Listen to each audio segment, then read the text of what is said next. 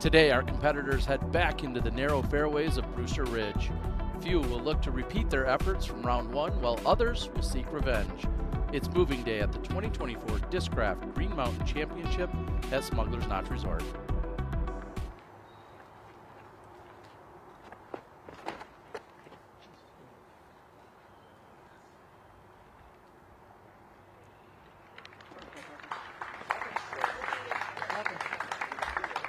Oh, he's well inside the circle with less than 20 feet, and it pays off. So Eagle McMahon with the grenade. That's mind-blowing. That's just mind-blowing. Set to go as we're watching McMahon with his second shot on hole 2. He hit a couple trees on the drive. This is well short of the usual landing zone, and what that makes me think is that this is a risky shot because there's a lot of speed on this flex angle. Gotta avoid a tree kick here. Oh, money. Wow. That's incredible. Wow. So clean. That's uphill, I would guess 360, 370, playing bigger.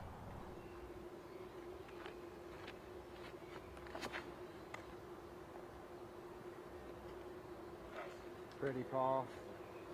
Like that. Catching up with Ricky Wysocki.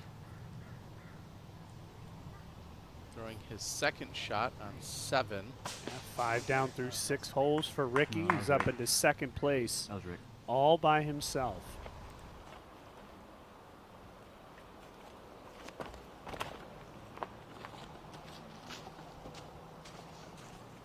That 2 will flex right to the pin, and a drop-in birdie coming for Gannon Burr. Get it out there on the practice field for a while before you try to bring it to the course. Pretty crazy shot. Osage gets one to drop from circle 2. Bogey-free rounds are going to come to an end with being out of bounds back there on 5. That's how it's marked. Now we're seeing Burr, tee of 3. Yeah. And it's like another birdie.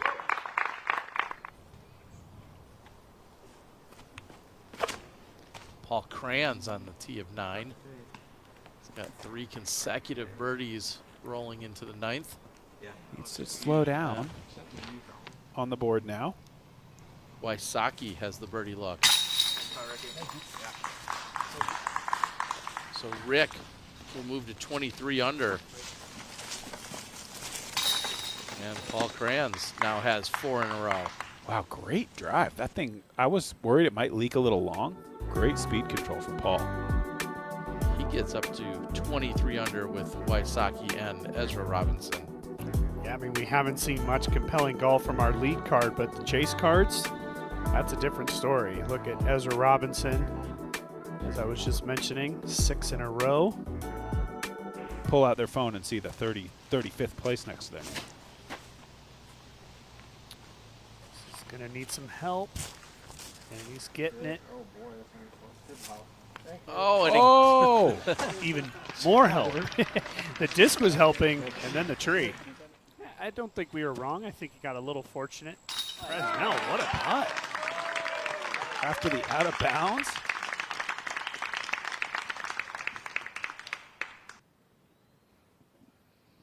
some would even say this is a close shave in terms of coming next to the bogey, but instead, no, he's going to can it from way downtown.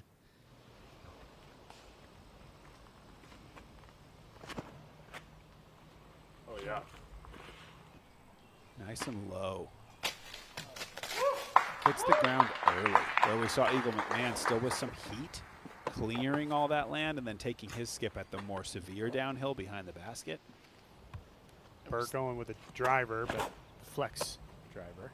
That's a lot of Annie. Just Ooh. barely keeping it in bounds, but it's going to check up right next to the basket. The gallery tells you how close that was to a tree. You could hear that. Oh, as everybody sees that thing just sneak by.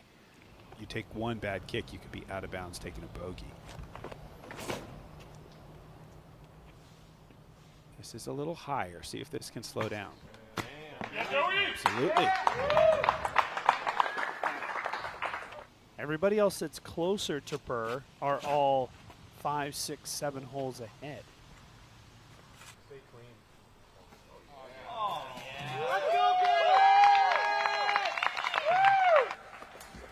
Something tells me he's going to make a couple birdies in those next 5, 6, 7 holes.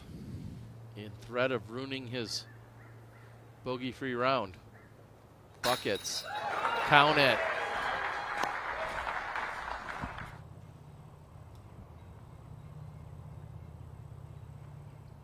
That one Beth does connect on.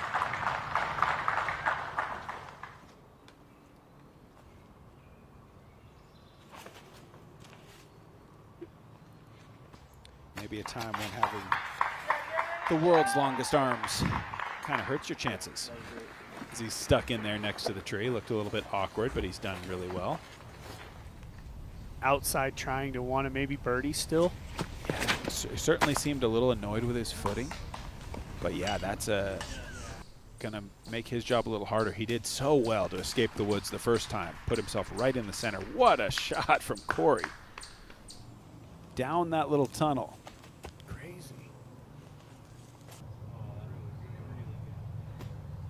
There is another example of Joey Buckets just bringing out a super high-level forehand and just making it look routine. Look at the height he's able to trust this on. And watch how softly we just saw it land. You know, it just comes in with nothing. Absolutely perfect shot. Being that deep in the woods, just getting out there, giving himself a chance to look at par. Love this. Wow. He might do it, guys. Get up. Gonna have a chance to go birdie 8, 9, and 10 if he can make that putt. That might be pretty special. Got a lot of right movement on that. It really did. Corey Ellis from Circle 2. Wow.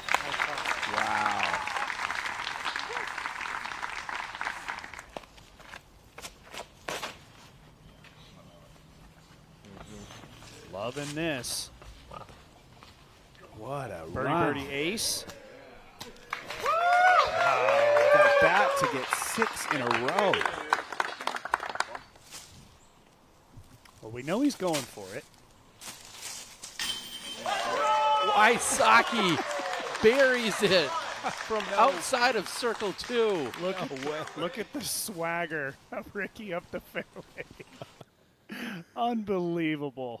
Shank, perfection. All right, that keeps Ricky alive. That had a chance to go out of bounds long. Yes. With the height and the speed that was coming into that elevated basket. I think had he gotten to Circle 2, probably you might see him go for it, but we're talking. Whoa! Here we go. What a putt. Okay, 98 feet, right. So we were talking Burr was at 115, and there we go. Oh, this reminds me of Owen Scoggins earlier today. I mean, he was a lot closer. I mean, he's I not know. in Owen range yet, but yes, exactly. I mean, who can top Owen Scoggins, though? What a putt. To the 16th with Wysocki. Skip ace?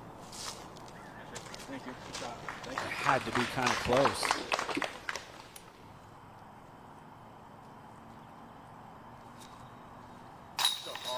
What a bounce back stat for Paul Kranz.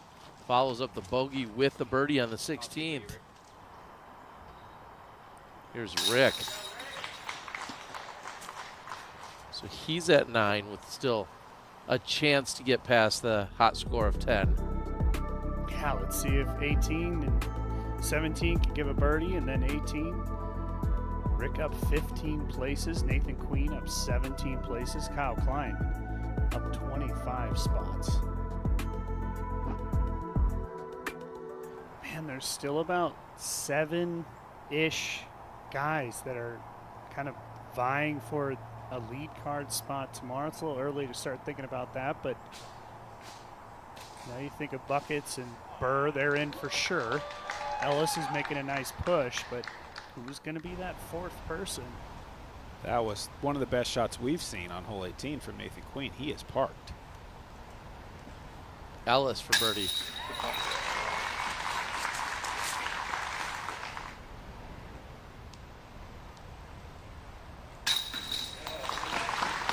Alden Harris buries one. Corey Ellis teeing off on 13. Oh, it's so A lot of height, but he's got the turn on this. Oh, how long will this go? This is bridge. Over the bridge. Wow. Crazy. That's the dream shot. Does he have the angle? Yes, he does, I believe. Yeah. Yeah. No, Yeah, he's got it. Yeah, you can potentially leak long, and it's bad if you're a little bit too far, but what a drive. There's an expletive I'd like to use watching this shot, but I'll just use the word awesome.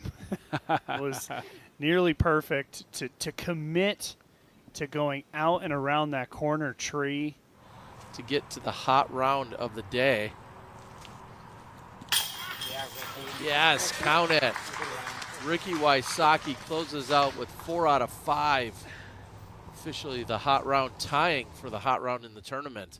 Then last hole, he kind of told me he's feeling like he's getting a little bit too cute with things, trying to make things too soft and perfect. And he's like, man, I just got to start throwing hard again. And nice drive here. To the inside as we watch Gannon connect from a knee. And earlier we saw Ricky get one all the way up there with the backhand. That's so rare to get that close. You usually got to make about a 40-footer. Come on. Get up in there. Oh, wow. Into that. That's Ricky's zone right there. But you heard a lot of, get in there, come on. Like you need a little help. Yeah. A little bit of bark off it. Got to just shave it to the right. Just breaking right. Big danger here. Oh, my Great kick. gosh. Luckier than him. It's been a good luck day for Buckets, I would say. He's had a couple, he's been playing fantastic, but the few times where he has been a little off, I think of 11, I think of that shot we just saw, it's been favorable kick, and you got to love when that's happening.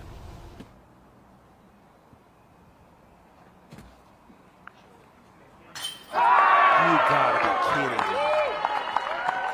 From long range, Joey Buckets buries the birdie on 14. That is taking advantage of a good break. He threw it straight into the woods on the left side, kicks out, and now what, 60-footer uphill from the knee?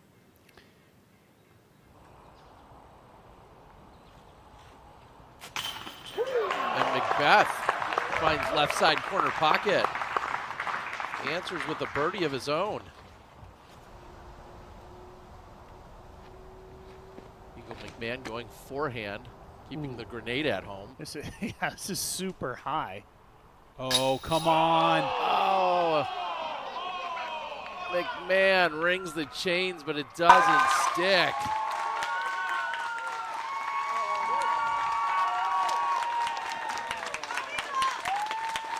Oh, and everybody thinks that it's in, and the cheering and clapping, everyone up top believes that it's in. So weird. I can't handle it. Oh, no. Oh, McMahon thinks it's in. He doesn't know.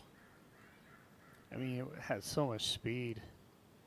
But it definitely comes out. So McMahon will have the drop-in birdie, but he's on the tee thinking that's an ace along with hundreds of other people.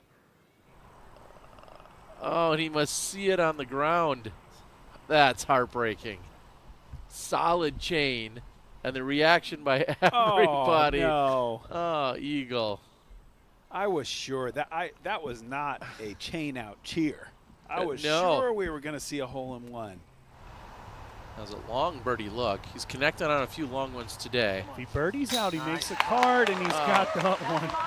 I mean, he's going to have the same score as Eagle McMahon. You know, they always say there's no pictures on the scorecard, but I like to respond with, well, we cover things live nowadays. A little bit of technicality to the shot.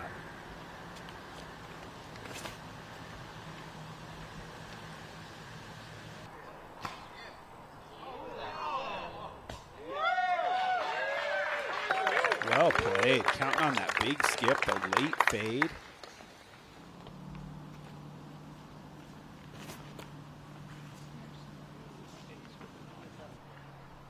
much reaction out of Macbeth, but a good reaction off the tree. That should be a tap-in birdie.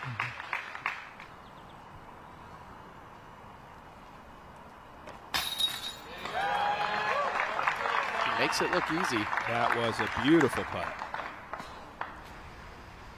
There's Aaron Gossage on the 17th. Oh, punching it straight through. Wow, that was nice.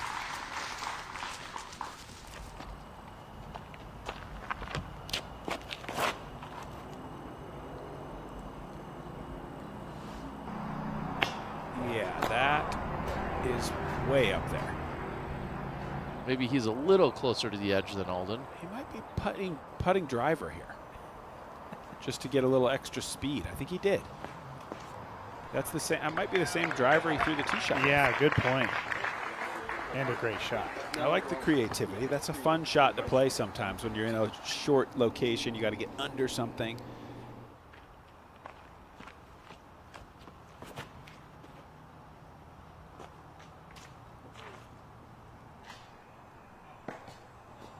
Fighting through maybe a little more than it deserved.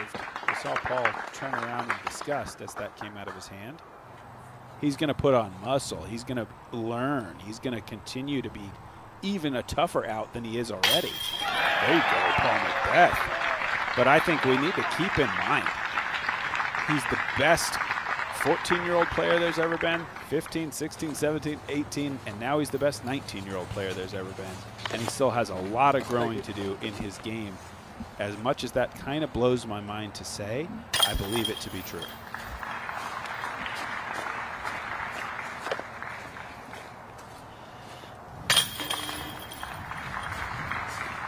Gannon, along with Joey Anderson, will finish at 10 under for today's round.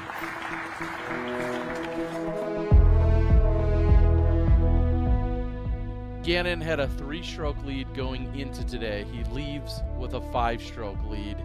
What are some of your initial thoughts or reactions to all of that? I'm not surprised. I'm not even convinced Gannon Burr played well today. I think Gannon Burr just played golf today. And that's the kind of level he's at right now. It didn't feel to me like we were often like, what a shot from Burr. We did that for a lot of other guys. But he's just kind of cruising. I didn't get the sense that he felt like he played amazing. I think he just went out there and did his thing. And the fact that that extends his lead is pretty scary. Hey everybody, Nate Doss here, and thank you so much for watching. For more awesome videos just like this, click subscribe, hit that bell icon, and never miss a new video. And for live disc golf, come join us on the Disc Golf Network. We'll see you in the fairways.